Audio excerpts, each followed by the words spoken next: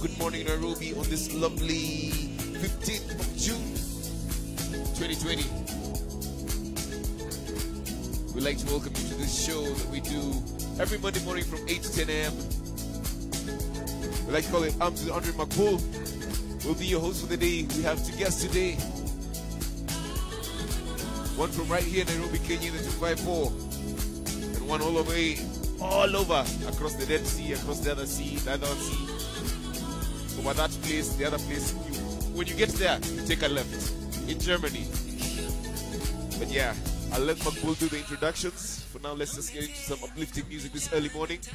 Karibuni sana, welcome, one and all. Be blessed.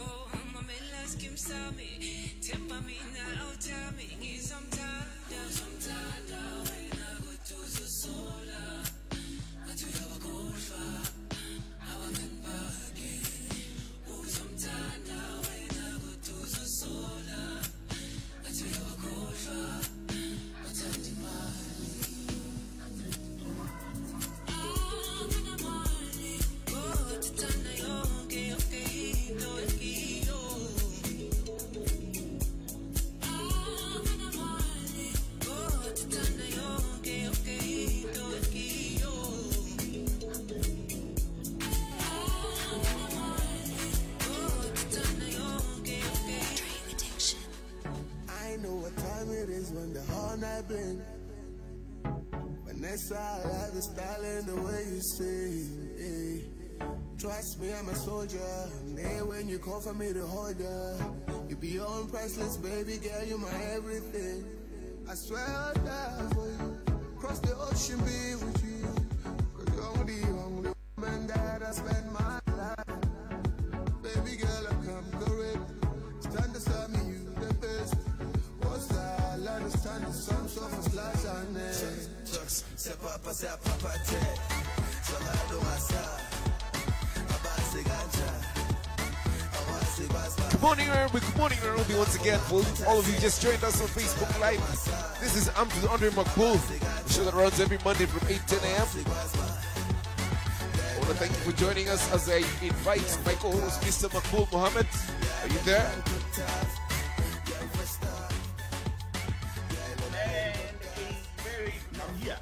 I'm here. Yes. You are visible. You are very visible. Karibu sana Makbul. Thank you, bro. How was your weekend? It was fantabulous. As I will not lie, God is good. He has blessed us with the gift of life yet again this morning, and I'm honored and privileged. Asanteni sana kusimama mbele yenu. Yes, it is me in person, DJ Under the Addiction. Back to you, Makbul. Nimeshukuru sana for allowing me to introduce myself on my own show. Thank you very much. The ones and twos, always a plan. And of course, I hope you caught him over the week on Wednesday, Thursday, throughout. And of course, Sunday school yesterday was fantastic. And today we pick up the conversations that we had last week as well. And we have two guests with us who are going to help us talk about exactly what is going on. The current situation is there's a lot of without putting it into too much negativity, it's dire. Let's just say that, because humanity is at a brink of change, I should say that. And it took one incident to turn the whole world around and attention to things that we've been sweeping under the rug for a very long time. Now, race issues it's not a new thing. Police brutality is not a new thing that we have heard in different parts of this world, but it is at a high. So what is it? Is it the training? Is it, lifestyle of the police, how they are kept, how they live, how they are trained? What is it? Is it us, the citizens, who are not, I don't understand. We've been debating about this the entire month. Also, what it brought about is inequality in our communities and in our societies, which bring forth some of these discussions. As well, it brought about the Pan-African topic of how is it that Africa is not liberated until now. So there are many things that we can talk about, but today, let's just try and center and see what is it that is happening around the world that is happening right here at home, and we're not addressing it. To talk about this, I had to find people who actually know about this, especially at home. We hear these cases and we don't pay attention. And I am glad to be joined today by Joanne. The second name, I will massacre that name, Joanne. And I think you're still on mute. But Joanne from Amnesty International is going to be with us. Joanne, how are you doing? I'm good. Thank you so much for having me, Makbo. So I'll say Joanne Courier. That's easier. Awesome, from Amnesty International with us. And all the way from Germany, it's an honor actually to have him on this show, Mr. Karim Makbuli, who doubles up as my younger brother as well. Yeah, thanks for having me, man. Awesome, fantastic. Thank you so much, guys, for braving the morning. I know, sure. Joanne, you're at work. You're like an hour or so behind. Let's just start with Joanne. Joanne, what do you do? And tell us about Joanne, perhaps, and then we can move on. Okay. So I'm Joanne, and I am passionate about social justice. I work at Amnesty International Kenya as a communications and membership manager. We deal with a lot of issues on social justice. Police brutality is at the heart of the work that we do at Amnesty, and I'm so glad to be part of this conversation. Aside from that, I am extremely passionate about income inequalities and gender inequality. So I'm so glad that we'll have a conversation today around growing income inequality. And as you said, Makbul, humanity is at the brink. At the brink of what? We don't know. We don't know if it's at the brink of emancipation, if it's at the brink of liberation, or if it's at the brink of just a continuation of whatever has been the status quo for the longest time ever, especially in places like, America, that have had decades upon decades and generations, to be honest, of racial discrimination. I'm so glad to be part of this conversation. Awesome, fantastic. See the passion already. And I'm glad to see you, Makbul, again. I feel like this is a continuation of our conversation 2 years ago when we spoke about colorism.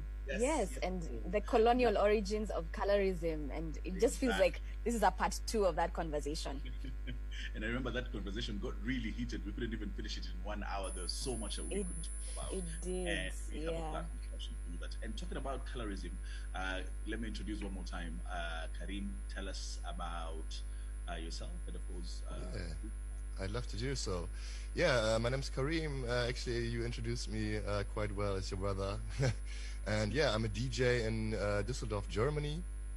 I recently can't do work because of the COVID pandemic. It is really frustrating, but I'm making my way through. And I guess one of the main reasons, besides being your brother, that you invited me to your show was that I recently really got into being more active when it comes to the recent topics, when it comes to activism. I really did not confront myself that often with the topics which are all over the place right now. But as the protests just started here in Germany, we had like really big protests also in Germany. I really got deep into the topic, and I realized that it's my duty to talk about stuff like this, to use my social media to talk about stuff like this. And that's why I got into this. Exactly, and let's just get into it straight, because I remember when was it, 2 or 3 weeks ago, you started talking about social injustice, and then I saw you in the streets in Dusseldorf. You went for the march and whatnot. Let's just come back to the slogan that is social injustice. What does it mean to you as someone who's been born in Germany, and you have the white side, and of course you have the African side too? What does social injustice mean? That's the really right big question right now. Let's get right into it, because for me it never was that relevant at first, because I thought I'd never been confronted with the topic that much, because we don't really got that much direct racism over here, I'd say. Like, it is kind of more subtle. We have those incidents where really bad things are happening, on which I will talk about later on also, as it really goes into depth coming to this. But on the surface, it is really subtle. You have this like, daily racism, I'd say, like small things and like subtle things,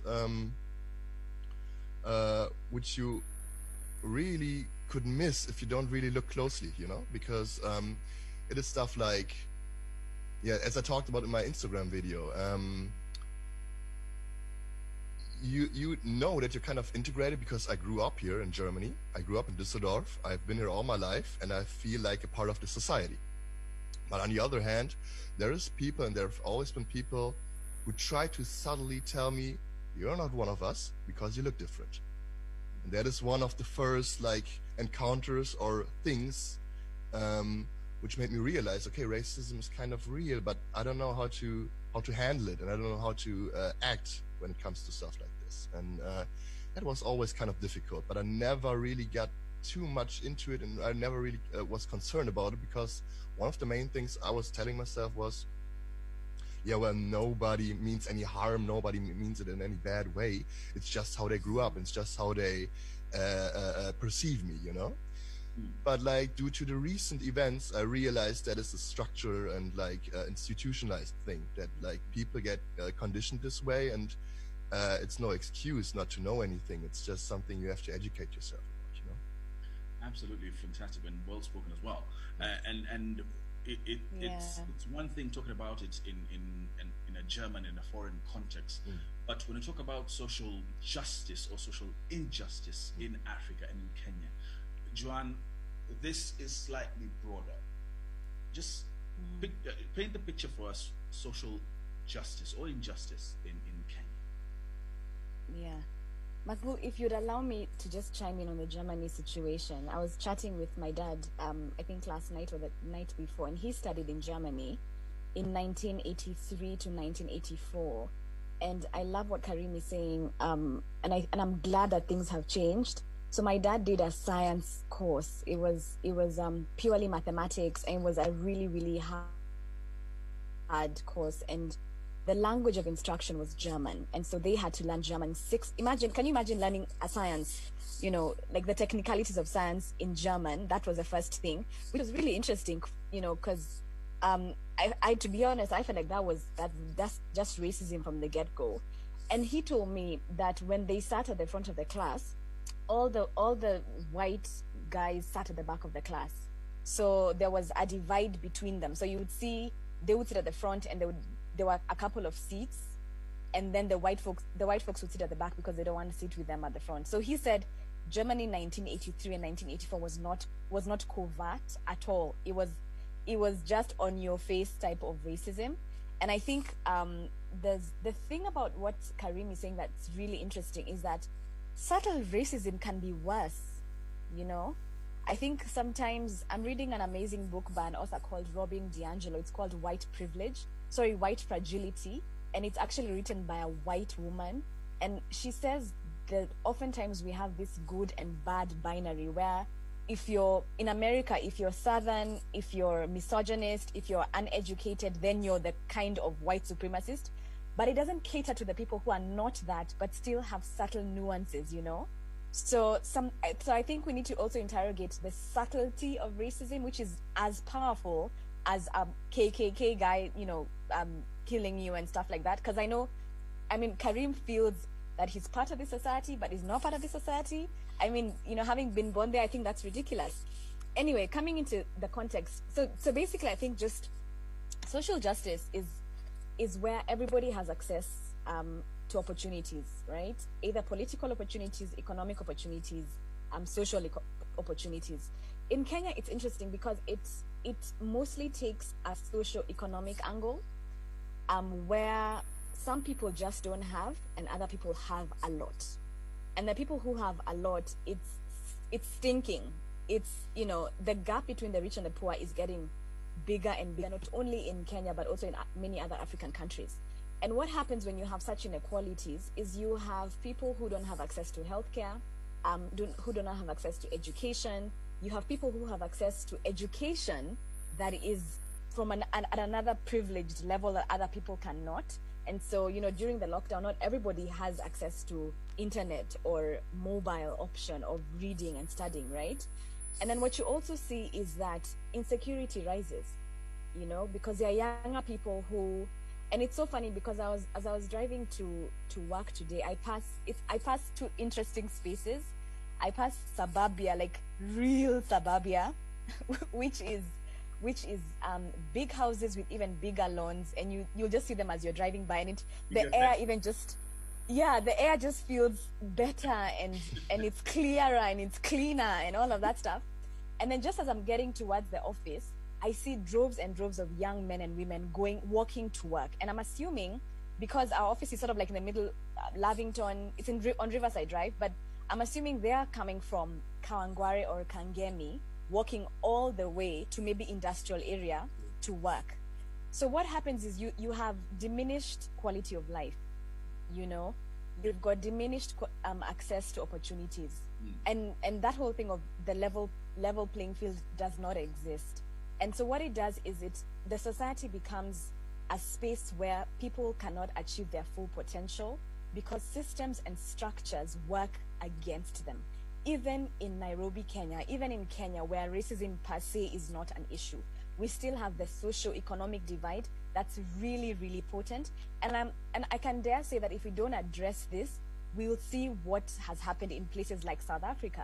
South Africa has the highest inequality in the world. It's the most unequal country in the world.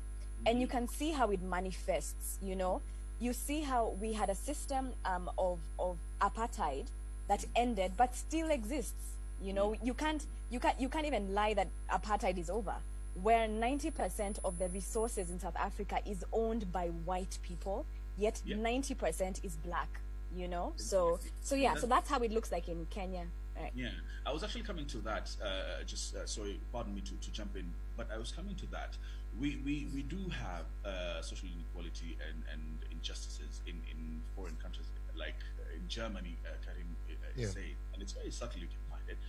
But in Africa, it's slightly broader, and we can't talk about Black Lives Matter. We can't talk about this matters and that matters without knowing the genesis of the problem, and that's where the crux of the problem is, because we don't want to go back and address the issues that we have gone through. Am I right in saying this, that we need to go back, and what to you might be the problem of all this? Karim, I'm going to throw that to you. Yeah. Well, it's a difficult and kind of hard question, because you want to go to the root of the root cause of all of this. It goes way back, I mean, it goes way back, and I guess like this is for me, like, it's hard to answer because I'm only like 32 years on this planet, and this is how far I can think back. But as far as I can remember, it has been this way it is right now, and like things slightly improved, but still I just recently realized there's so much work to do because this problem goes so way back. And I can only speak for the situation in Germany, because this is how I perceive it, and this is how I grew up with. And I guess one of the root causes is, as I been saying like many times still, is that this is conditioned, and this is like socialized. Like people grew up with the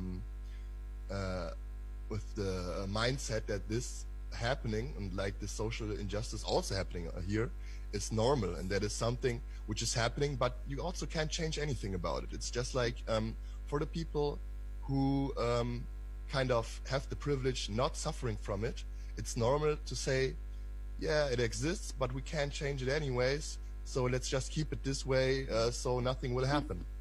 On the other hand, the people like the immigrants coming here, and but also the people having like migrant background growing up here, who suffer from these conditions,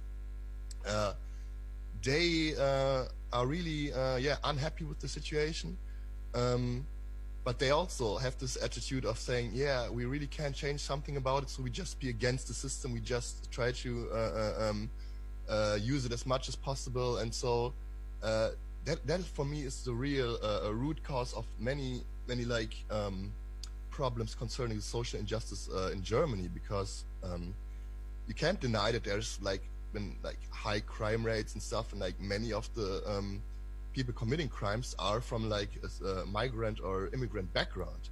But the one thing many people don't see, like especially in Germany, this is like many Germans, they be like, oh, you see, the immigrants, they are the ones doing the crimes, or the black people, they are the ones doing the crimes. But what they don't see, the people don't get the chances, and this is what you said, Jan, the people don't get the chance to be integrated into the system and to get decent jobs, to get decent flats, houses and stuff like this, because they get denied the opportunities at first. And this is like, for me, one of the root causes, and especially in Germany, for the failed integration, you know? John, I'm going to throw that to you as well. Thank you, Karim. That's spot on, and especially bringing in the refugee angle as well. John, you've touched on South Africa. And I remember in 2009 when I went to South Africa for the Makufe Festival, if I'm not wrong, I felt what you're saying, the tension, but I was too much excited to see it. And later on, when I went to Joburg and Cape Town, is when I really felt the tension. Just the same question to you, and expounding especially on the African perspective. What would be the crux, although we know it's slavery, but what would be the crux of all this, apart from, of course, colonization and all that? Yeah. And, you know, Karim is completely spot on when it comes to, you know, black people in Germany, for instance, committing offenses, and people think, oh, that's the black people. It's very easy to do that, by the way.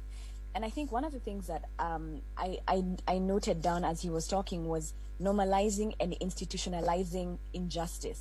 So he says, oh, it's the black people who do that, you know, or the institutions that are designed for black people not to gain entry. And so the barriers of entry are so high. You know, I always say, and Makbul, I said this during the colorism conversation, how ridiculous is it that Barack Obama was 44th president? 44th? Really? and people say it's like it's such a big deal. Like, you guys had a black president, you know, like you should be happy. And I'm like, no, bruh, like that's just not it, you know. And first of all, I think there are very many elements to it. First of all, is interrogating the genesis of everything, whether it's in Kenya with historical injustices of land allocation, whether it's in South Africa, apartheid and who it benefited, and the institutions that were formed as a result of that, whether it's in Germany or USA or UK in terms of racism. And the truth of the matter is, many industrialized countries got to that status because of African enslavement, right? Nobody talks about that. We don't talk about how some British museums have a lot of African stash. They took away our history, they took away our legacy, and they now make money off it. We can't not talk about how some countries, some Francophone countries in Africa, still pay some form of levy to France, you know. So yeah, in many ways, you know. And then even now, when we are a free country, we're a sovereign country, our constitution of Kenya tells us that. But are we really, you know?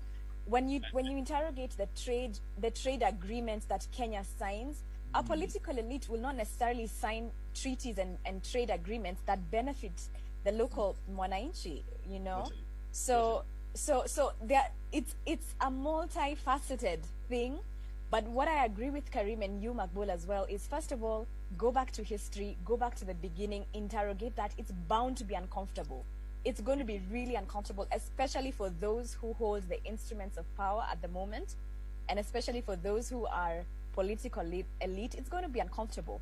But the truth is, we can't move forward until we interrogate our past. And let me tell you, a quote that I love says, history repeats itself because we remember the date but forget the lesson. You know? So we remember, we remember we became independent in 1963. We remember this happened, you know, but do we know the lesson? We don't, you know, and so it continues. It perpetuates itself over and over again. Yeah. Spot on. Well said. And I've been a student of Pan-African things for the past couple of months now since I've been indoors, and it's true. We have to go back to talk about what happened in Africa to see where we are, because as we're saying, we're independent, but we're not free at all. We're still paying dues to Anglophone, all Anglophone speaking countries, to all Francophone countries. It's just the other day that finally West Africa came up with their own currency after using the French currencies for a very long time. So we do have a big problem. And if you do have time, please go and Google the Berlin Conference of 1884 and 1885. Also known as the Congo Conference or the West African Conference, which regulated European colonization and trade in Africa during the new imperialism period and coincided with Germany's sudden emergence as an imperial power. Read. That's the only way you wake up and understand where we are. Listen, we'll come back in a short while. It is #amped with Andre Makbul. Thank you so very much for joining us. Guests with us today, Joanne Courier from Amnesty International, and of course, Mr. Karim Makbul, all the way from Germany. An amazing DJ, and now he has become an advocate for justice, I should say that. And of course, the one and only Mr. Andy Wangai, aka DJ Andre. Wow. Sell me out, Makbul, while you're at it. Just go ahead and sell out my government names. Thank you very much.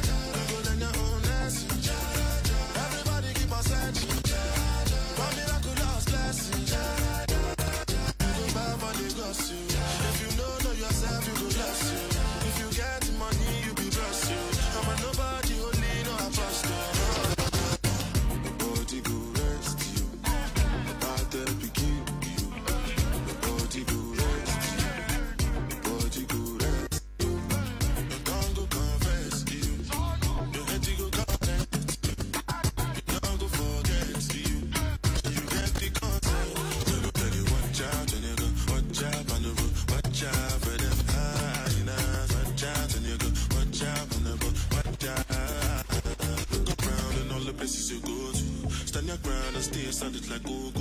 Watch your back and just do what you're supposed to. Take care of family and people you're close to. Then they their best. You go learn your own lesson. Everybody keep on searching. For miraculous lesson. Go back for the gossip. If you know yourself, you go bless you. If you get the money, you be blessed. Baba, look at the people go. Take it to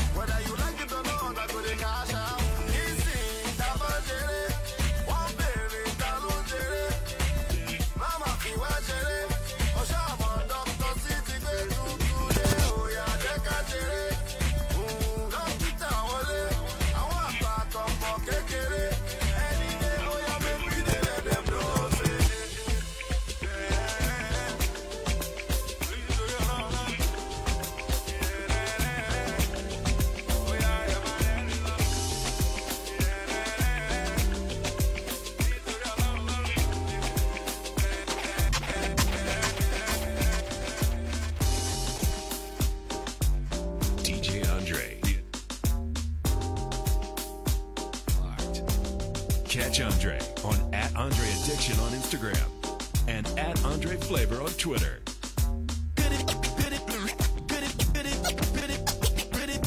Could it be my eyebrow race flow? Tell these niggas say it's China, won't take no. You know game change since got a fever. Watch them itch and scratch me like could it be my eyebrow race flow? Tell these niggas say it's China, won't take no. You know game change since got a fever.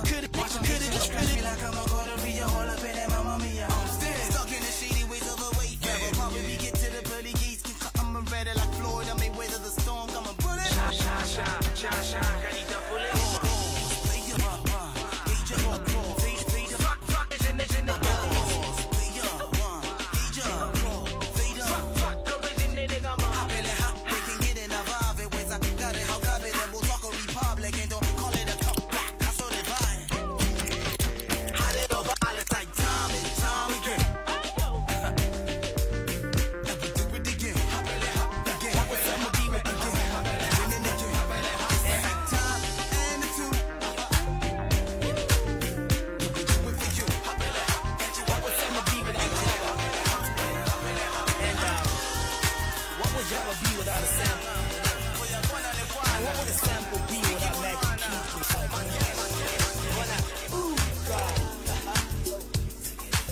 I got the very best of imagination on this track. Music and lights as we know it. Sticky Master Prep on the decks. Ross at the back. Rema Vena somewhere in the party. Oh, yeah.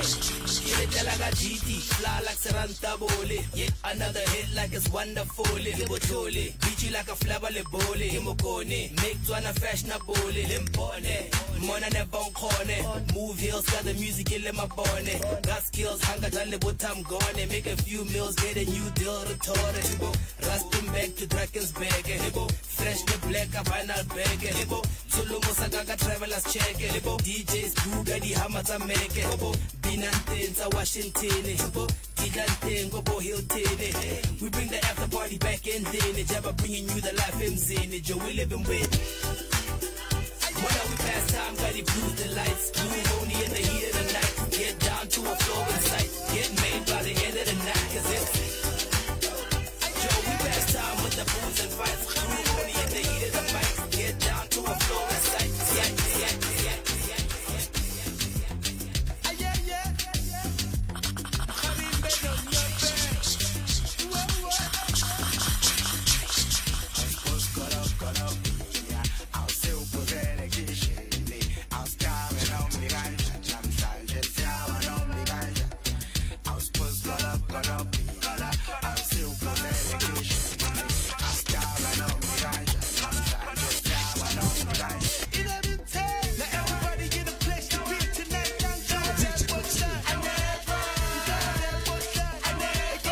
Check 1, 2, Mr. Magbulla, you in?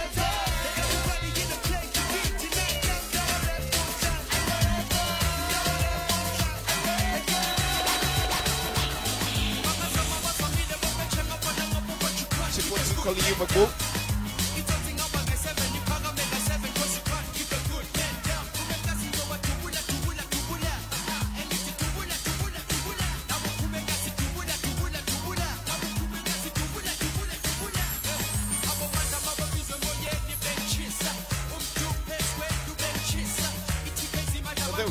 There we are. How do you do, Magbulla, from your short-lived hiatus? Have you been? I've missed you. Almost missed you throughout the whole show. How have you been? Yo, glad to be back. Sorry, the Yes. conversation is taking an even deeper turn. People are calling in and wanting to express their views. Clearly, we are touching a couple of nerves and people are waking up. And that's the whole idea of this amazing show that we came up with, Andre, #amped with Andre and Magbulla. And we wanted to say, you know what? It's time to be honest. It's time to talk about the things that really affect us, and it's time to talk openly. We cannot hide it anymore. The more we hide it, the more we sink into the problems that we see every single day. The more that we don't talk about it, the more we are putting our children in harm's way when it comes to their future.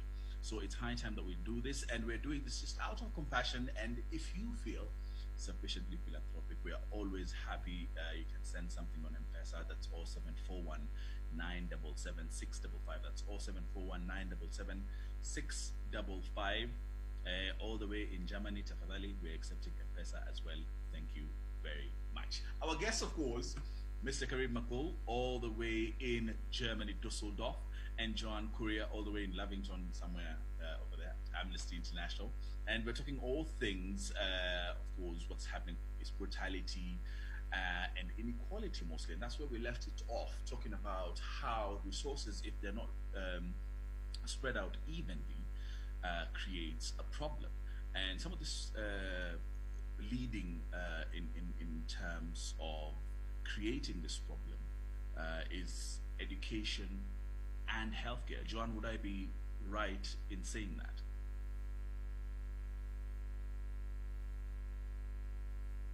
I mean, yeah, absolutely. When you have an economy or a country that's unequal, when you have a country where you've got the haves, you've got the have-nots, you've got a very distinct line between those two fractions of people, you're definitely going to see discrepancies in education. So what happens is corruption will divest funds that are required to equip schools and hospitals. You'll have only schools and hospitals equipped in certain areas and others are not equipped. I remember having a conversation with someone about COVID and they gave me some statistic that I forget. I think only about 30% of students in the country have been able to study during this time of COVID, like through the online processes. I think it was about that, but it was a very low percentage basically. And it's basically saying that if you don't have access to, internet, if you don't have access to a tablet or whatever other gadget you're required to access, then, you can't. I mean, what are kids in low income areas doing? What are kids in Kibera, Mathare, Dandora, Kariobangi doing during this time? So they've been definitely left out. And it's unfortunate because some of these things are encapsulated in our constitution. When something is built in the constitution, when it's in the Bill of Rights, when access to education and healthcare is a prerogative of the government, it's terrible when they can't meet their end, and when many people don't have access to these amenities because they've not been properly catered for, because corruption has divested these funds from a hospital, from an education facility, from a school to somebody's pocket. It's a travesty. Totally is. Karim, we might be talking differently because in the sense of Germany, at least education is provided and of course healthcare is provided. Yeah, exactly. But what else would contribute to this? Yeah, I'd say, as you just told, the healthcare system and also the education system is quite good in Germany. Like, it provides like the basic needs for, like, I'd say at least everybody who is willing to take part in it. So it's nobody really has to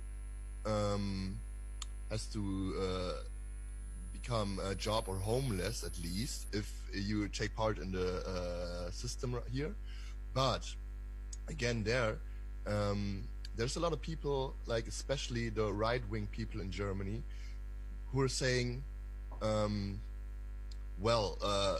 those immigrants or those black people or those foreigners, they live on our backs because they take use and advantage of the system, because they don't want to go to work, they only want to live from the welfare and stuff. And this is also, again, something which is a really big problem, because just because there is a functioning or like at least half functioning system doesn't mean that we or that people of foreign descent have access to like the hierarchy,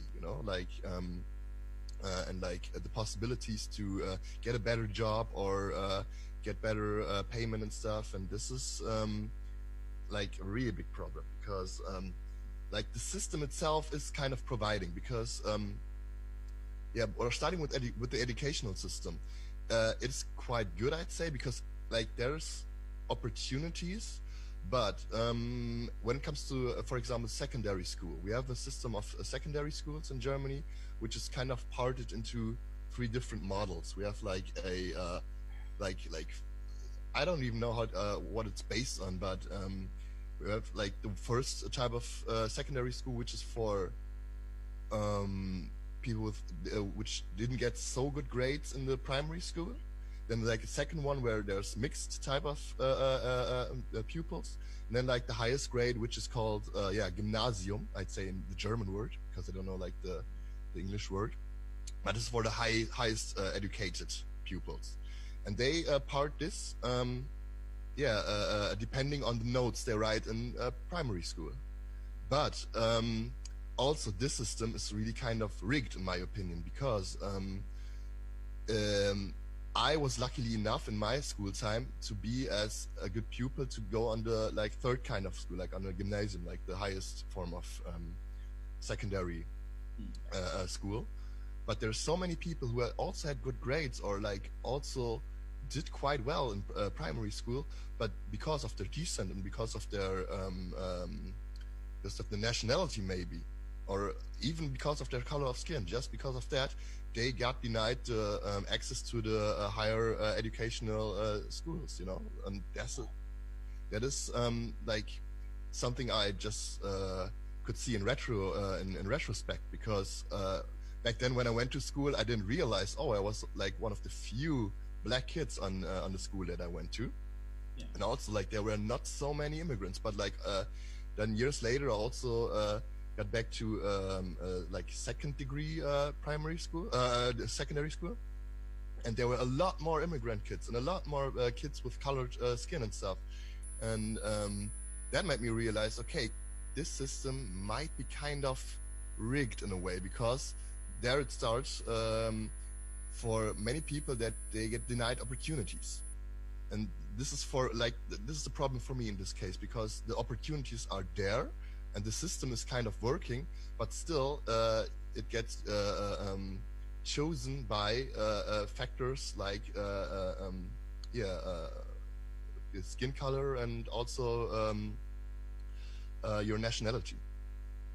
John, I can see you nodding agreeably with what Karim is saying. You want to add on to that? To be honest, it just breaks my heart that we don't take time. I mean, I think he's completely spot on. And one of the things that he's mentioned inadvertently is privilege. And is it high time for us to dismantle the privilege? Let me tell you, I always say that privilege is so potent that it disables you from understanding, from seeking knowledge, from acknowledging, from taking action against an injustice because it's favoring you, you know?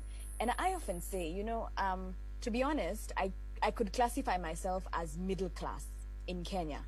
And there's also a middle class privilege, right? Mm-hmm. But then the thing that I'm very careful about is because I have a son. If police brutality is happening in Kenya, and it's happening predominantly in low-income settlements, taking out young men, if I don't raise my voice today about their plight, it's going to be my plight tomorrow. Indeed. You know? That's absolutely correct. Mm-hmm. And I'll get into police brutality in a short while, because that's a whole different page on its own. But just as we wrap up this crux of the problem, someone did ask about the Berlin conference. Please read about it. Go and read and understand, because if you don't understand where we started out and how we got here, you won't understand anything about what's going on. So the idea of the Berlin conference was dividing the entire Africa, the struggle for Africa, as they said, but also the formation of, and I think this is going to be a bit, I'm going to rub a lot of people the wrong way, but it has to be spoken of. The idea of religion in Africa. What has religion done in Africa that has contributed to where we are right now? Anyone can pick that, by the way. Makbul, the Berlin conference, I love that you mention it as an origin and as a starting point, because there's a book by Meredith Martin called The State of Africa. And that book makes you so angry, you can't read it in one sitting.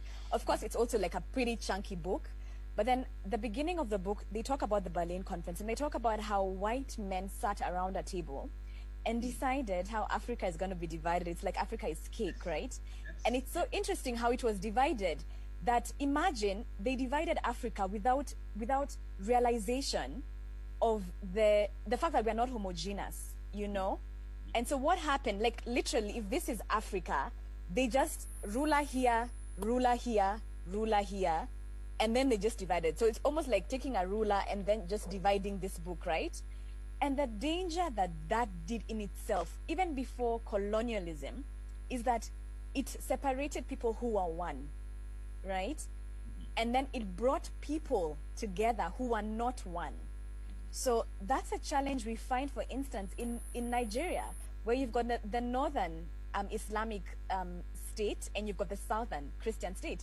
These were two separate countries. These were two separate jurisdictions. And so what then, and you know, we've had a lot about Nigeria, Biafra war, we've had religious conflicts between the north and the south and stuff like that. And it's because you didn't see us as a people. It's because you didn't acknowledge our diversity. You clumped us together, and in some situations you tore us apart, right? And so what the Berlin Conference did, and I even say even before the terrible years of colonialism, the Berlin Conference in itself started what Africa is today. So I'll leave Karim to answer the religion one. Let me throw him in the fire. I know that is very controversial, and a lot of people don't want to talk about it. But there's a certain way that religion, and this is both Christianity and Islam, played a big role in capturing the essence of Africa, breaking down Africa into bits, and of course, taking away our foundation and our roots. Africa is the only place that, when it comes to heritage, they're different, but we don't have one. India is a place that you'll find an Indian who is a British, but they're very Indian. You'll find a Chinese who's very British or very American, but they're still Chinese. Africa is the only place that you'll find an African who is totally immersed in someone else's religion, in someone else's beliefs and whatnot. And that's what I want to talk about. What role did it play in separating Africa, and of course right now as well, as we fight for Black lives? Yeah, well, I guess this question is directed at me right now. So I'm just gonna answer because especially for me, this is a quite interesting one because as I told you, I grew up in Germany, and I myself was never quite religious, although I always had good grades in a religion class. So I was always the one who was most interested in this type of topics. But on a social and society level, I realized that starting with the religion only, there's a lot of separation, and there's a lot of prejudice between religions or religious groups. And when I was younger, I realized there's a lot of immigrant and Muslim people in this area and stuff, and they never were quite a big deal or a problem for any other people. But then starting with the time 9/11 happened, there was a time when everybody suddenly said, okay, those Muslim guys, they're terrorists, they have to be taken care of, they're dangerous people and stuff. And this is when I myself started looking a bit deeper into the topic, and also about looking more at the people, and I was realizing it is utter nonsense, because Muslim people, just as good Christian people, are trying to build communities, trying to live a good life, and trying to be good humans. And the prejudice around certain religious groups or certain types of religions, they are still really big, also in Germany, because there's still people, when you tell them that you're, I don't know, if you tell them you're Muslim, you didn't even need to have a dark skin color, or you don't even need to be immigrant. They're gonna take a step back. They're gonna be they're careful, and that for itself is a really big problem, I guess, because I think, first of all, everybody should be free to practice the religion they want to practice, if they don't bother anyone with it, or if they don't do any harm in any kind of way, which is basic for me, basic understanding. But on the other hand, you yeah, yeah, as you can see, it's quite of a difficult topic for me because I grew up seeing all of this without really being part of this. And when I again look over to America, I guess, like coming back to the topic of the separation of African people also, I guess for me the main like problem was always being with a darker skin color, but being fully integrated, but on the other hand, not being fully accepted. And this is kind of like also for my personal identity, it was so confusing at some point, like having this thought of, well, I feel so normal, like accepted here on one hand, but on the other hand, like people will show me, no, you're not accepted and you're not like part of the society. And I guess for like American people who got way less connection to their ancestors and to their like origins and their roots, it is like a way bigger struggle to like find identity. And this is something which I just recently started doing myself, like do a bit more research, do a bit more education on myself, and just realizing, okay, it is a matter of skin color, it is a matter of origin, and it is not something which I need to force upon anybody, but which has relevance for me, you know. And I guess like for American people who have been so much disrooted and like so much like literally taken away from their culture and their roots, it is a way harder struggle also. And this is like also a reason why you see this uprising right now, and so many people being in a rage and being in this protest, because they have this feeling like for hundreds of years, you know, like and they couldn't speak out for themselves. So right now it's all coming to the surface. And for me, I have to take the turn in this direction. For me, it is also really kind of interesting, but also shocking to see that it took like police murder in the US for people in Germany also to rise up and to understand this is a topic we need to talk about and we need to address. And that's just what I've been trying. Thank you so very much, Karim.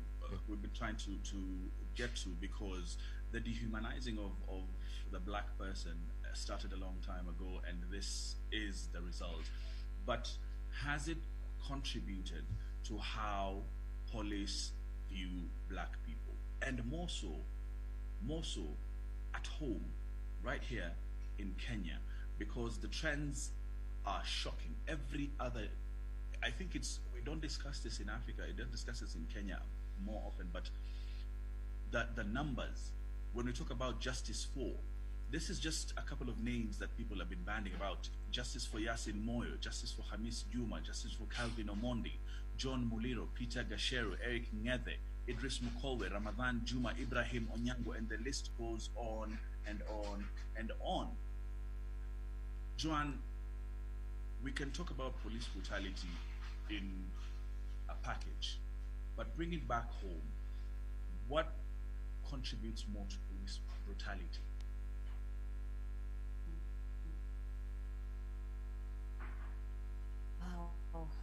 So first of all, I think what you've just done right now is very powerful. You've actually named the young men who've been gunned down by police, which is critical for this conversation to proceed, because for the longest time ever, they have been part of statistics. So you say that 5 men were gunned down in Dandora by police officers.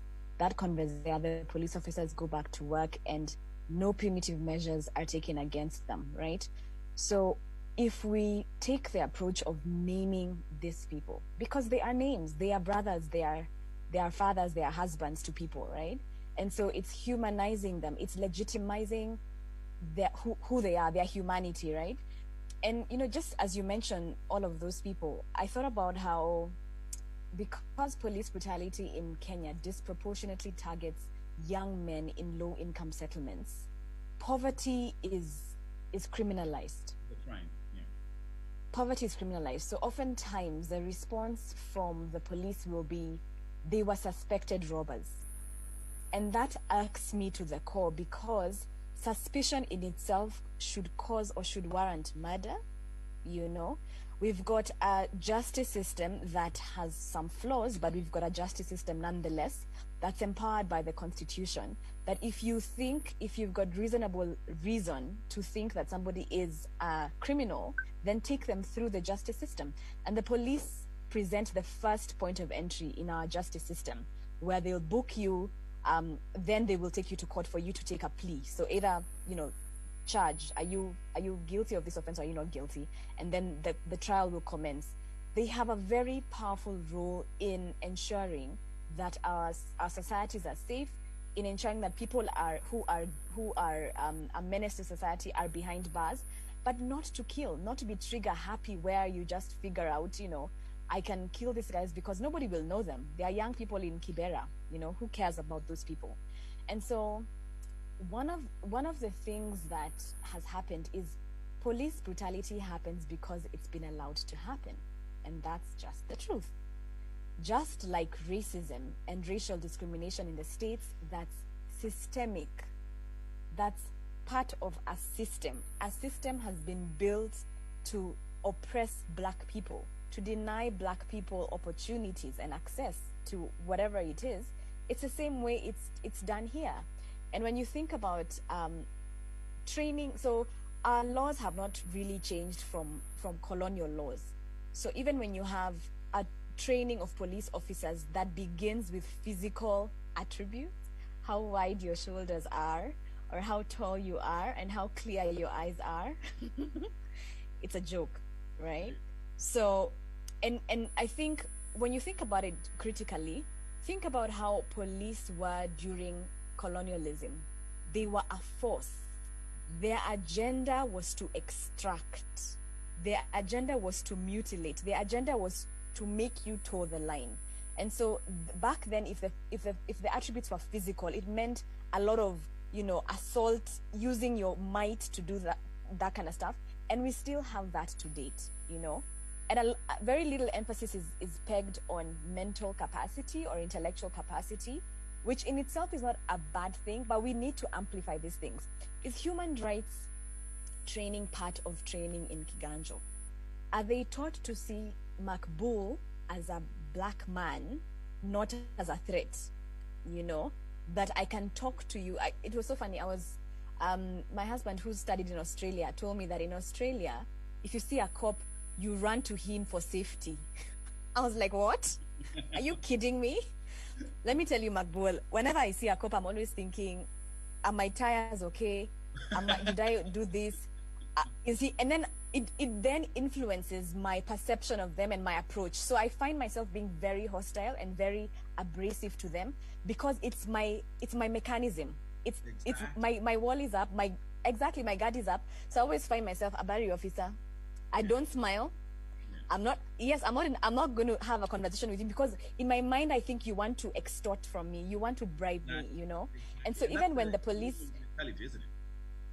Exactly. And even when we had a rebranding from National Police Force to National Police Service, where the heart of what policing is serving the people, Utumishi kwa wote, as the slogan, it was just a PR exercise, with new uniforms. It wasn't really at the heart of it, trying to make sure that there are service to the people. So yeah, police brutality only happens because it's allowed to happen. It's a political thing. Let me just ask quickly because we have you work closely with the police and of course the Independent Policing Oversight Authority, which opened an investigation into police brutality in Ruma and other places. Is IPOA actually doing something? Wow, Makbul, thank you for putting me on the spot, man.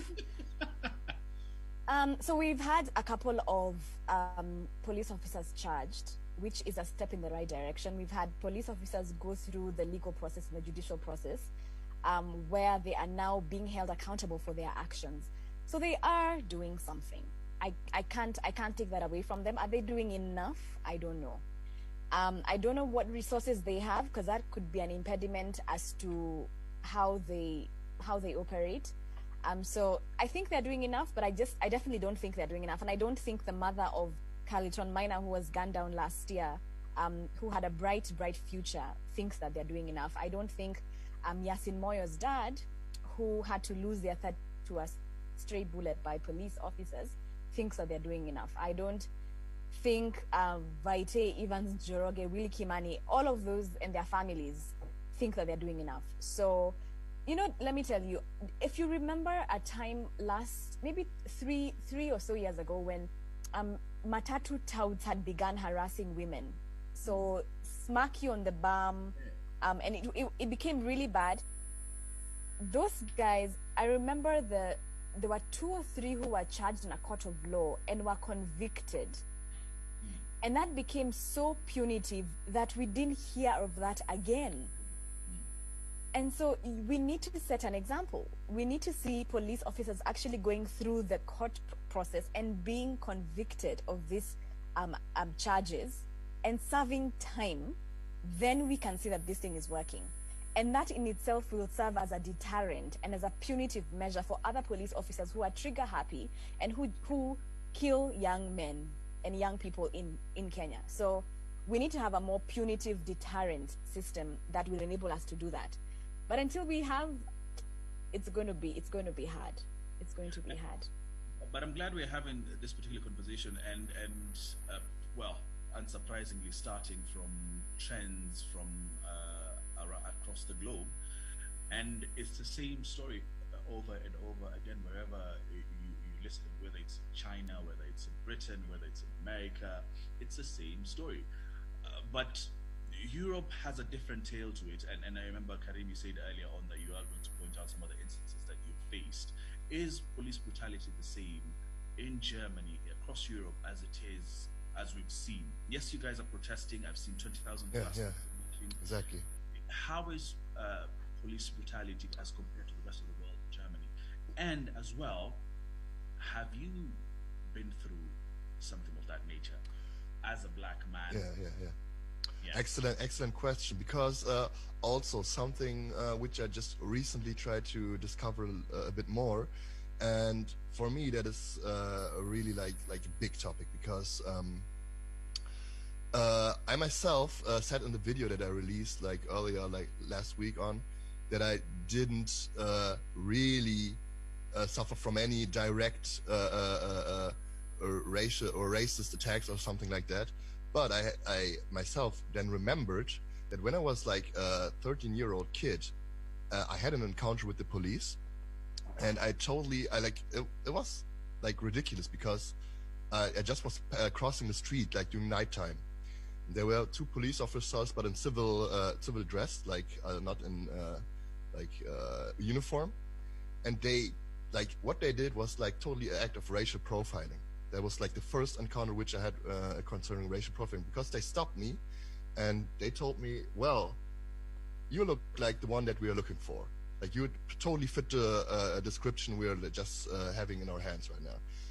And I was totally shocked. I was like, I didn't do anything. I just passed in the street. And so they stopped me and they said, show us your ID. And I wasn't willing to show them my ID because I couldn't identify them as police officers because they were in civil clothing. And then I said, could I please see your license plate and see your ID first? And then they got really, really aggressive back then. I mean, it was really a long time ago, but still. And so the one officer, he opened his jacket, he showed me his license plate, but his ID, and was like, okay, here you can see my ID. And then he put up his shirt and said, here you can see my gun. And if you don't behave, you can do the hard method with the car, with the trunk, and with the handcuffs. And then I was like, okay, I'm showing you my ID. It's all good. I don't mean any harm. And then they checked my ID. They made a few calls and stuff, and then they left me. I wasn't charged with anything because they couldn't charge me with anything because I didn't do anything wrong. But this was the first time I really realized that racial profiling is a real thing also in Germany, because I never really believed in corrupt or racist police. And this debate is really, really, really getting strong again in Germany right now, because we definitely do have a racist problem internally in the police, because there have been so many cases which are still really questionable. For example, I'm just going to start with the recent events. In this year, and let me see for the date, we had this incident in Hanau, which is not related to like specifically black men, but also there have been 10 people murdered in Hanau by a racial or racist motivated person. Like, it was really terrible. Like, he got into a bar, like a shisha bar, and just randomly killed 10 people. And was like only people who partly also had the German nationality, but still had immigrant background, you know? So it was really clear to see that this act was racially motivated, or was racist motivated. But still, the investigations are going really slow, and also the news here, they didn't want to address this as a racist act of violence. They said it was like a terrorist act or something, or what they also do in the news is say the person committing the crime was mentally disturbed or something, and they don't want to address that there's like a racist problem and a fascist problem in Germany, but also this stuff does not get investigated that much because like they try to shove it under the rug, you know. And also there was like one case which I recently through the protest got aware of was in, let me see, on 2nd June, no, sorry, in January in 2005, Uri Jallo got taken hold of, and he allegedly committed suicide in his prison cell. He allegedly set himself on fire, and this is one of the worst cases that I've been aware of, like when it comes to police brutality, because like some investigators, they found out that this couldn't have been an act of suicide, and that the police officers must have abused him and then set him on fire. But still, this gets carried under the gets put under the rug because Germany does not want to see that there's a racist structural problem inside the police, and that is something which is personally like really making me uncomfortable and really making me think that we have to change something about this, because this goes way back into the structures of also the German police and German justice system, because there also has been like years back a scandal in which they found out that there is still like racist structures in high ranks in the internal police departments in Germany and also in the justice system, but it never really got investigated because they managed somehow to keep it secret and not go into public. And that is something which gets a lot more attention since the protests, a lot more talked about since the things happening in the US. But then again, like this is something which many activists in Germany are saying and been addressing also, is why does it take like such a ruthless act in the US to address the problems which we have in Germany? Because these problems have been here not only since yesterday, but since the beginning of this new millennium. Like, and also in the 90s, we had like attacks on refugee homes in the 90s, which were also ruthless and brutal. And then it gets talked about like for some weeks, and then it gets put under the rug, you know. And this problem is so deeply embedded and structured in the society, and it needs to be talked about at least, and it needs to be addressed. And also one last thing concerning to this, we had those protests, and we had one of the biggest protests in, as I heard, in Europe and also worldwide, next to the US, in Düsseldorf, but also in Berlin.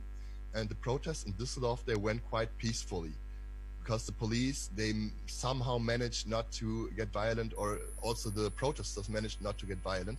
But Berlin has like another history when it comes to protest, because there's a lot of like left-wing protesters also. And when there's a demonstration or like a protest, it tends to escalate, like also on like the classical May 1st demonstration or protest in Berlin, and it always ends up violent. And if you compare like the May 1st protests to the protest like we had last week for the Black Lives Matter movement, it was kind of peaceful, but still there have been some incidences of police brutality, and activists say it was to provocate, and it was because there's this police who are not willing to support the cause and who are intolerant against the cause.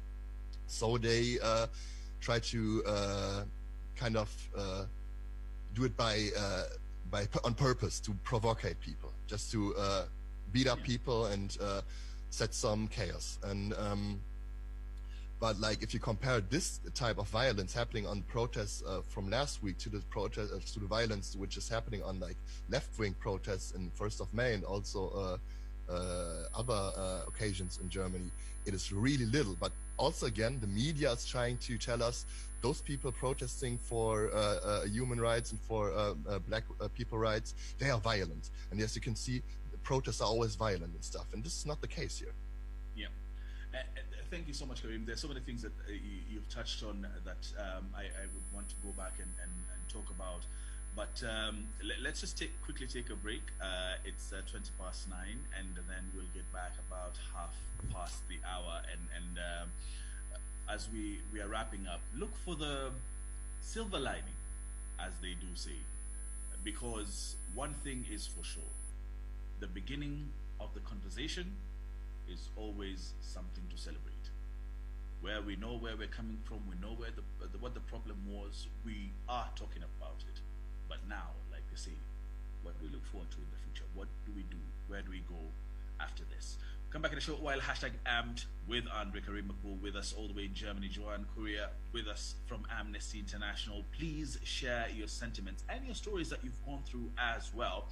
As Diana Ashley says, I carry 3 masks with me because of the fear that the police will ask me, why do you only have 1 mask? Then arrest me. Well, you can hit us up on the comment section. Let us know your thoughts. And as always, the M-Pesa number, you can send something. It's 07419776655. That's 07419776655.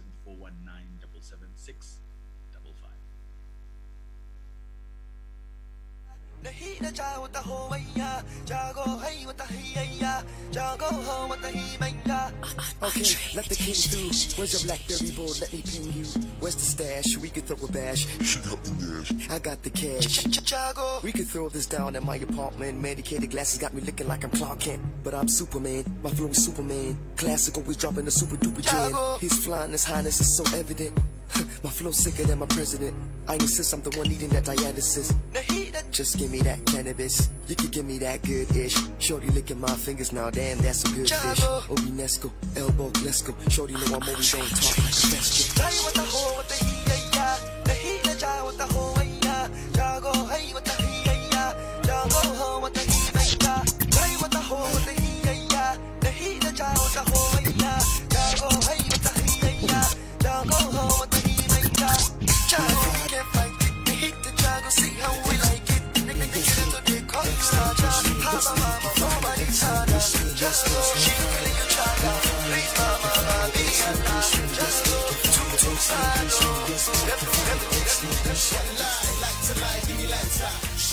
Chevy, we on fire. Big deal, Kenny, big deal, Kenny, big deal, Kenny, big deal, Kenny, white light to light, any lighter. Chevy, we on fire. Kenny, big deal, Kenny, big deal, Kenny, big deal, Kenny, big deal, Kenny, big deal, Kenny, big deal. I'm a bit chill, you know it's still how things feel. They can't hold me, they can't fold me, they don't know me, not even an OG. I need big money, I like clean money, you spend green money, I spend it like E-money. They don't know better, tell me you flow better, you a slow fella, and I'm a go-getter. This is too messy, check out my new Bessie. You can wind down well, but are you ready? You and your Uzi, it's like a movie. When I feel groovy, the game come out loosely. You my loose mate, when I cruise, babe, after I maneuver, tell me what do you say? Looking pretty in my brand new fitty. One more thing, this is last gig. Like to light, we like to Chevy, we on fire. Big deal, Kenny, big deal, Kenny, big deal, Kenny, big deal, Kenny, white light, like to light, we like to Chevy, we on fire. Big deal, Kenny, big deal, Kenny, big deal, Kenny, big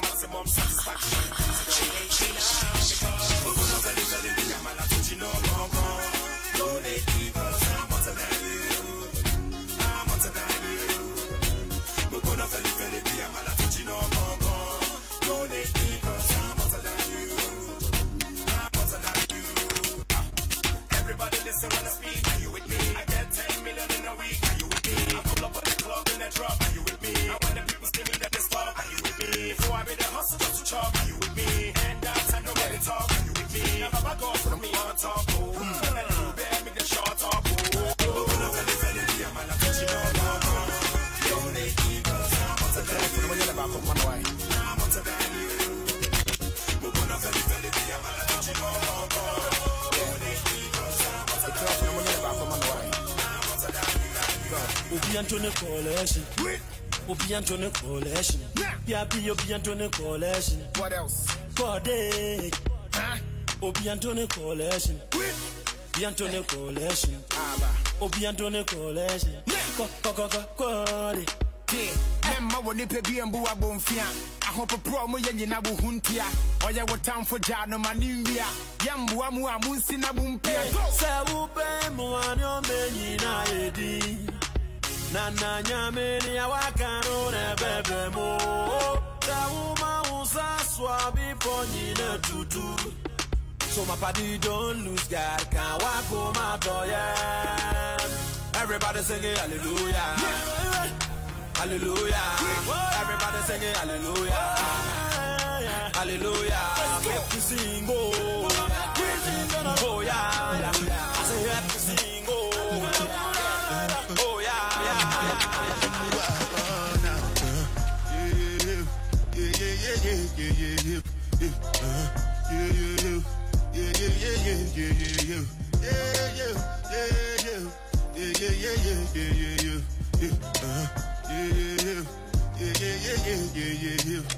This one I gotta do with the jabata.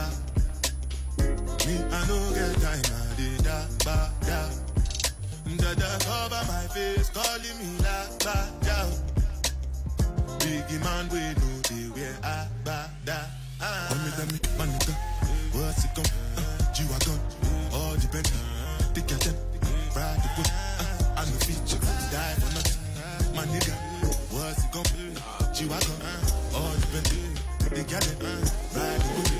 I know, die for nothing.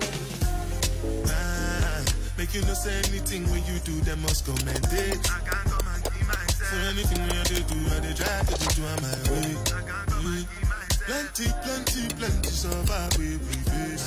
Just to make sure money day. But my people they go say I don't want buy, I don't want die, I don't want damage. I want enjoy, I want job life, I want buy motor, I want build house, I still want to know. Tell me, my nigga, what's it come?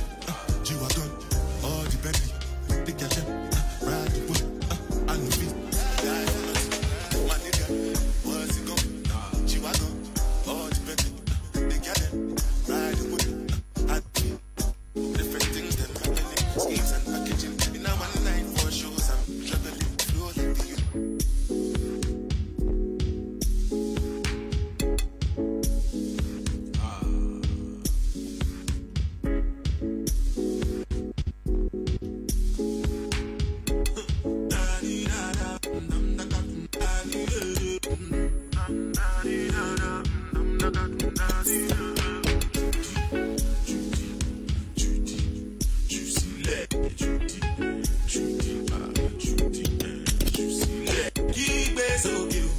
Taking them off faster. Taking keep it so cute. Taking them off faster. Namotilo, Joe Alessio. Namotilo, Joe Alessio. Taking keep it so cute. Taking them off faster. Taking keep it so cute. Taking them off faster.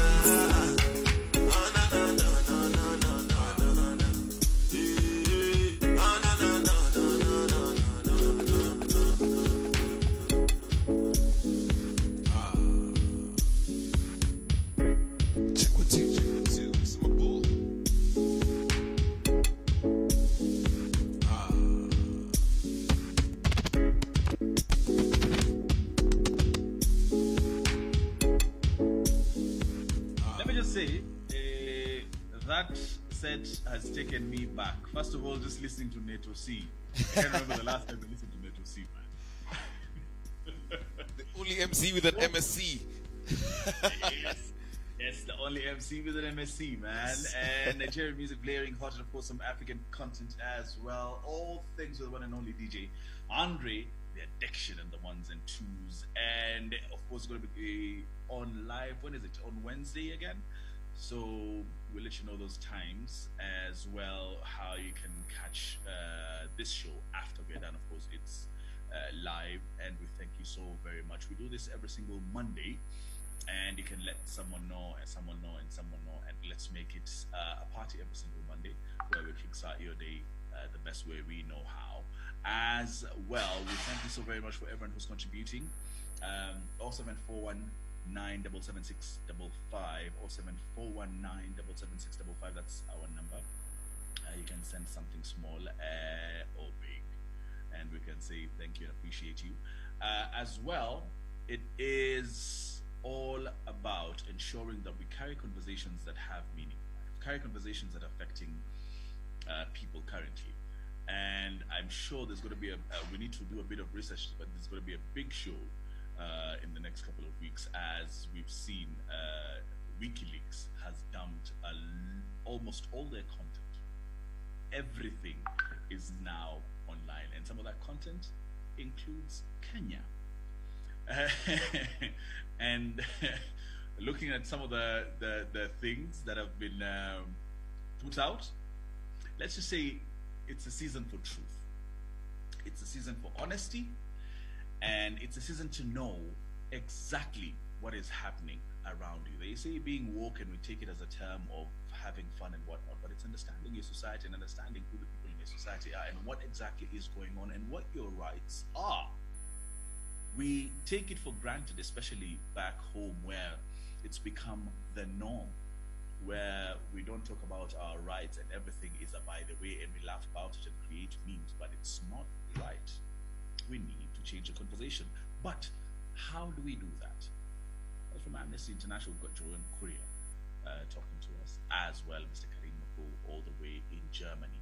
And let's start from an international perspective. How do we change the narrative? How do we change the narrative that will seamlessly be the same from Europe to Americas to Asia, where we talk about black people in a positive light? Yeah, well, I'd like to go in there because, like, I've got a lot to say concerning that, because how to change the narrative? Well, I guess the start has been made already, but some people just weren't able to see it, including myself, because I wasn't that much into activism, but I always had the like the big wish to change something, or like to affect something positively in the world, and to, like, starting with my own community, starting with my people surrounding me, but then also in the world. And I never kind of knew where my position was. But right now, as I get deeper into the topic, I see there's been done a lot of work also in Germany, but also worldwide.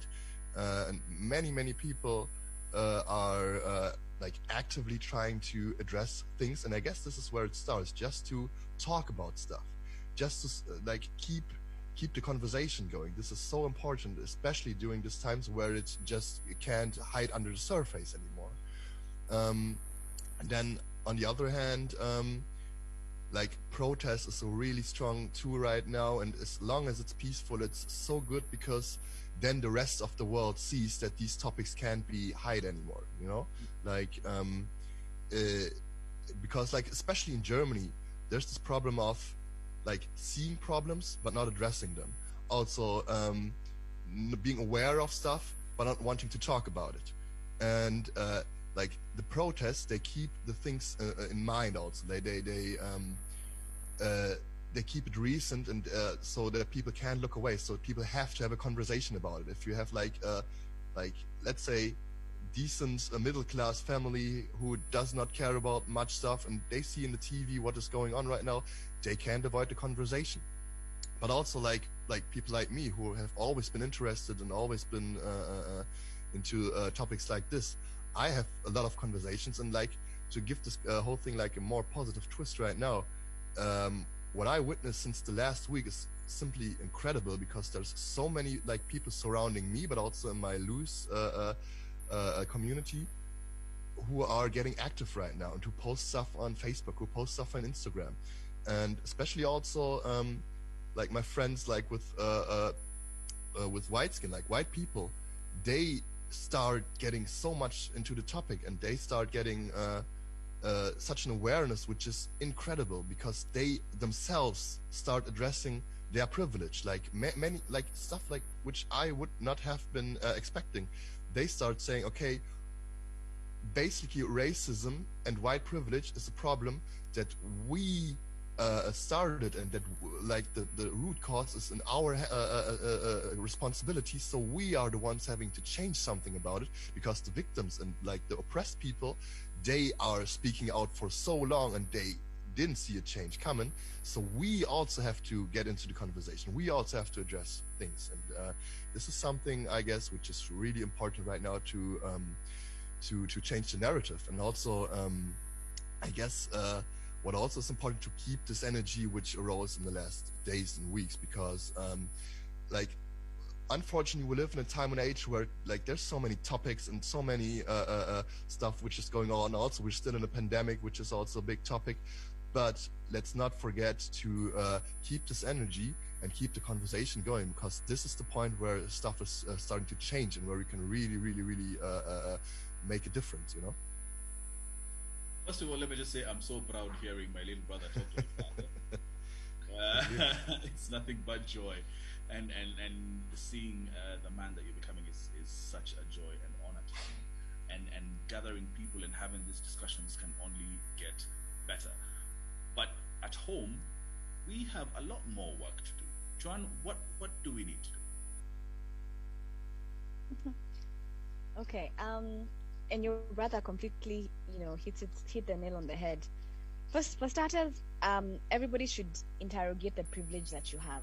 Everybody has some sort of privilege. Either you're more educated, either you have more income, either you live in a certain area, either you have more access to certain things. There's always something that you have above anybody else. And whenever you get into a room, always interrogate that privilege. And once you know it, you'll be more empathetic to other people.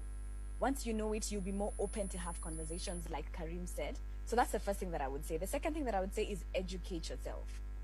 Education in itself is freeing, and it liberates us, Bob Marley talks about what does he say? Liberate yourself from emancipate yourself from mental slavery. Exactly.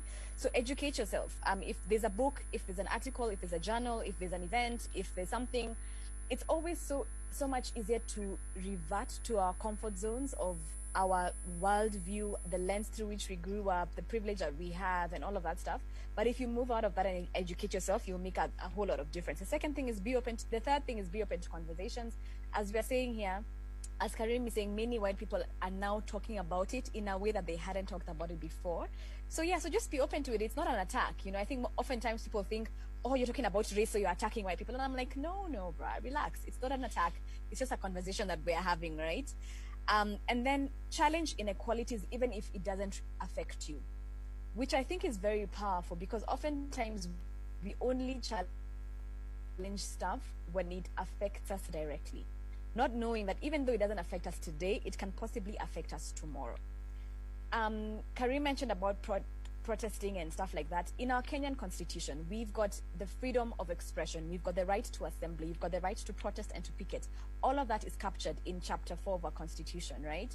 And we've seen very many times in history when demonstrations and protests have yielded immense benefits, whether it's a feminist movement in the 50s, whether it's Martin Luther King as he walked to Selma during the civil rights movement, whether it's the current Black Lives Matter protest, whether it's Rosa Parks refusing to relinquish her seat in the black section to a white passenger after the white section was filled, was a protest. That was a silent protest.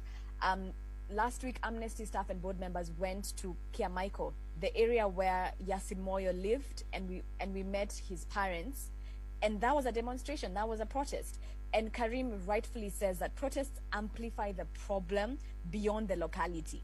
And then they put pressure on people, and it also enabled us to infiltrate public consciousness. So as he's saying, if somebody doesn't understand it, if you're middle class, for instance, then if you see a protest, it might actually click, in your mind.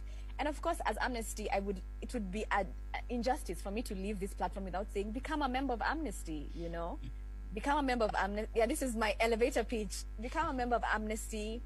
We are in the front lines of advocating for social justice, ensuring an end of police brutality, and many other causes. So you can join us and become a member, and through that, you can lend your voice to so many causes, right? So yeah, and then the last thing I would say is everybody has a sphere of influence.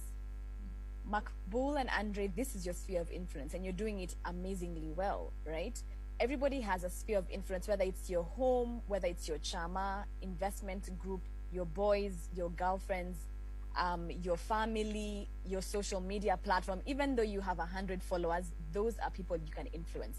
So lend your voice towards something, post something, spark some conversation, and you never know. That spark might just be the thing that will ripple and cause a change in society. So well put.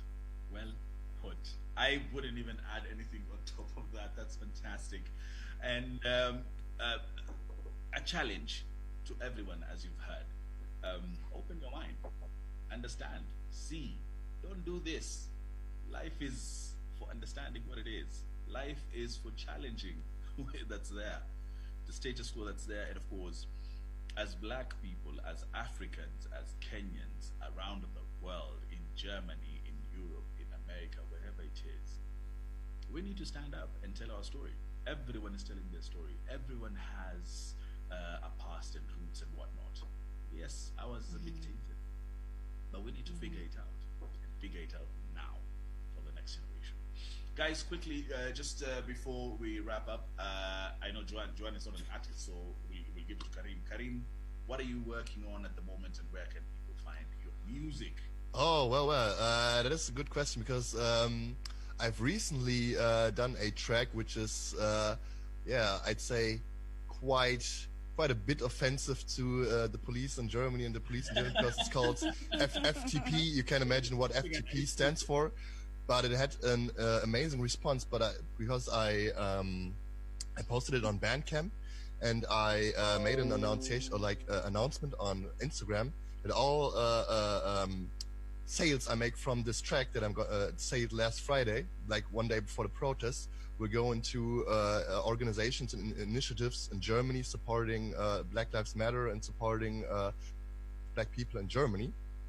And so I could really a lot of people bought the track and contributed something to the project, and it was amazing to see, because my music career was a bit struggling also because of the pandemic, and it really I combined the cause of activism with my music making, and it really hit off on last Friday. So I'm really getting back into making music, and I have a SoundCloud also where you can listen and download the track also. It's called KarmaBoy_DJ, and this is where you can listen to my music, and there will be a lot of more stuff coming up in the next month and so. But for me, it's really important and good to see that I can combine this kind of awareness and activism with the music. This is something I always wanted to do, because I always wanted to make a positive impact on the world with my music, because music is the one thing I can do best, and to have a positive message and to as Joanne said, influence people in my community with this stuff is a really good opportunity, I guess. And yeah. Awesome, bro. Where can people find it? The exact URL must be soundcloud.com/KarmaBoy_DJ. And also on Instagram, it's the same. It's the same at it's Instagram. It's KarmaBoy _DJ. All right, that's KARMA boy. That's one word, right? Yeah, exactly. Awesome. There's a silver lining that we need to pick up as we finish up, Joanne. I have really tried to think, Makbul, because I know I owe you a silver lining, because I was pretty pessimistic about the conversation and about police brutality, and we need that honesty. So but I also want to be able to have a silver lining, because I have a child who needs to live in this world, so I need to be positive, right? So there's a term that I stumbled upon a couple of years. Actually, somebody was speaking and he mentioned this term, and he said moonshot. And he said in every generation there's something that we call a moonshot. And the example he gave was that Apple, the invention of Apple was a moonshot. And a moonshot is something in a generation that redefines the generation. It's an invention or something so pivotal, so big that it changes mindsets and narratives and stuff like that. And when I thought about it today, I just realized that we can have a moonshot now. And I think independence of African states was perhaps a moonshot. I think civil rights movement led by Martin Luther King was a moonshot. Perhaps Black Lives Matter is a moonshot. And although Karim says, why did it take Black Lives Matter for many men to die under the hands of police for us to raise our voice? Maybe that's what we needed, you know? Maybe it's the impetus that it gave us, the fuel that it gave us for us to continue to have this conversation. So I want to see Black Lives Matter and amplifying that voice on racial discrimination and police brutality in the States and how it has trickled to so many other countries, including ours, as a moonshot for this generation, and perhaps a challenge that let's take it up and, you know, and make the change that we require. You know, let's use it to fuel. Let's take the fuel and run with it and make sure that we don't waste this moment, that this moment symbolizes liberation and emancipation and honest conversations going back to the root causes, and then we can move forward. So yeah, so that's my silver lining, as little as it is. I'm really trying to be optimistic, but yeah, let's look at it. It's a moment in history, and I think when we write history, and I'm hoping that we will have a chance to write our own history, because you know we haven't had that chance, right? So when we write history, even in Germany, in America, I hope that Black Lives Matter will be given the prominence that it deserves and the ripple multiplier effect that it has had on many, many countries. And yeah, let's see. Let's hope that police brutality will come to an end, not only there, but also here in Kenya. Absolutely amazing. Thank you so very much, Joanne. And I'm baffled. A lot of people are writing in and they're loving the discussion and loving the fact that, you know, we are talking, we're having an honest conversation about it, and they do say, if I can find it, but yeah, someone was saying you need to have these honest conversations because that's the only way we start understanding who we are and our roots. Absolutely true. And that's the one thing that I've done as well, my little thing as we're wrapping up. Go back in history. I love history. I love history. Go back and find out more about who we are. I've been spending the past couple of months trying to read different authors, different African literature, to just open my mind, and because we appreciate a lot of the time, we appreciate a lot of foreign writers and talk about foreign concepts as in a big platform, but we don't celebrate our own, and that's because we don't know. So do research, and in the good words of Mr. Neil deGrasse Tyson, who's the astrophysicist, he says, we're living in an age where there's fake news, but read everything, watch everything, open your eyes. That's the only way you will know the truth. If it's consistent, it will be true. If it's not, that's where the lie is. There's a lot of propaganda, there's a lot of things going on, but this is the time to open our eyes. And I'd ask you, just before we wrap up, to encourage people reading African literature. I sent my brother a couple of African literature to check out, but I'm currently reading Onyeka Nubia, who's really opening my eyes, and British writer, law lecturer, and historian. And his books document the lives of Black Britons and explore issues about cultural identity, resistance to oppression, and the will to succeed in cultural Britain, and of course the globe in a whole.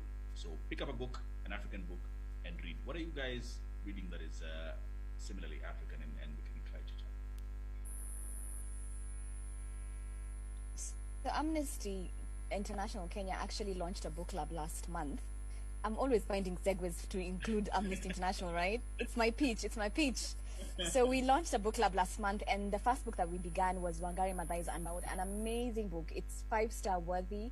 It's a book that shows you where injustice began, you know. One of the stories that I love in the book that she narrates very poignantly is a story of the mothers of political prisoners who in 1992 staged a hunger strike that lasted for a year to agitate for their sons, political prisoners, to be released by the then dictatorship. It's astounding how she saved Karura Forest. You know, everybody goes to Karura Forest and takes a picture and a selfie, and they don't even hashtag Wangari Maathai. By the way, whenever you go to Karura Forest, please hashtag her posthumously. But that woman, yani, it's blood, sweat, and tears. Literally, her dreads were yanked, and blood was.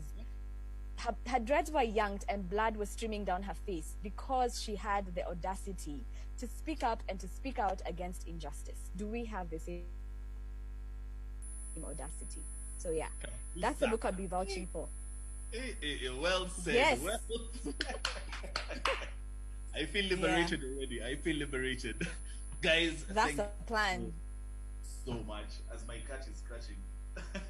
Thank you so much. Thank you so much for making time to talk about this. I hope those who are watching and those who have listened have gotten something out of it. And this conversation is at the beginning of where we are heading in a better place. And like Joanne said, it's the beginning of that. It's called the moon. The moonshot. There you go. The moonshot. That's our parting shot. Guys, thank you. Karim, Thank you. Danke, danke. awesome, fantastic. And of course, we'll catch up again next week right here on #Amped with Andre. Next week, we do something different. We cook live steak with the maestro all the way in Australia. Catch us again on #Amped with Andre. Thank you.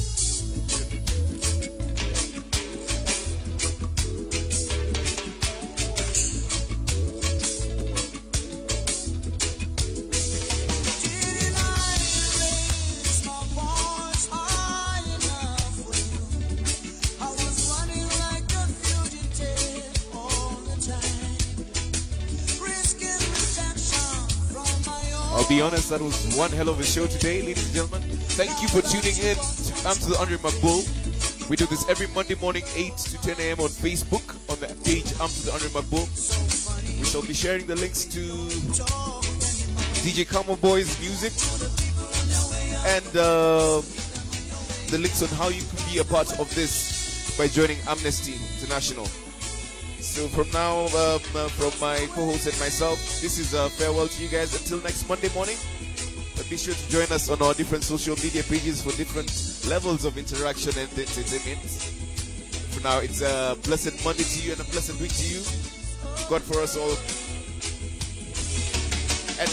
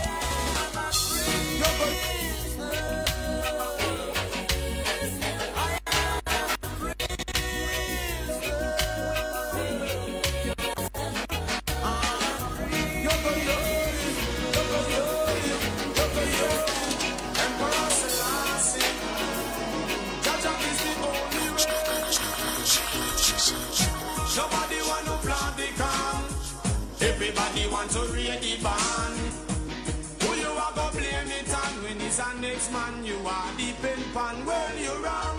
Nobody want to plant the can. Everybody want to read the band. Happy sing you on a song, can't compete with Kelly's John. I was looking a start, just a little easier. No one would help me push that old and can't them a lot. Never take me serious. So many goals and tasks, patrols I pass every day. My Lord, I have to pray on my way. Them never realize with a little cooperation we could a unify, relieve the frustration. Instead them want to ride up on them brother back. No tears, no cares. If him evil did stop our job. Nobody want to plant the can. Everybody want to read the van. Who you have a blame it on when he's a next man you are depend fan. Well you wrong. Nobody want to plant the can. Everybody want to read the van. You have to sing your own a song. Can't compete with Kelly's John. I hear the people crying out, trying their best to make it. And it's the really all right. Living from hand to mouth. If the government don't care, so they take a poll and say, so much suffering out there. So for me, crying ceaseless tear. Equal rights. Equal rights. That's what they're crying for. Equal rights. Equal rights. Hear the voice of the poor. Equal rights. Equal rights. That's what they're crying for. Equal rights. Equal rights. And they just can't think no more. It's a system that's plaguing the people every day. No hard they've been working, still they never find a way. We keep looking for solutions, but still something is wrong. Instead of progression, all we feel is down pressure. Equal rights. Equal rights. That's what we're crying for. Equal rights. Equal rights. I can hear the voice of the poor. Equal rights. Equal rights. That's what we're crying for. Equal rights. Equal rights. Only Rasta can liberate the people. Over hills and valleys too. Don't let them fool you. Don't be for a minute that they are with you. Shall free the people. Over hills and valleys too. Don't let them fool you. Don't believe for a minute they don't like you. Why try to make I unhappy? Really, I don't know. If it was up to them, my friend, we would never see the sun or the snow. Through that mystical communication within, we keep on coming together. I love to see brothers and sisters looking out for one another. That's the way it should be, not contrary. Stop tearing down each other. Only Rasta free the people. Over hills and valleys too. Don't let them fool you.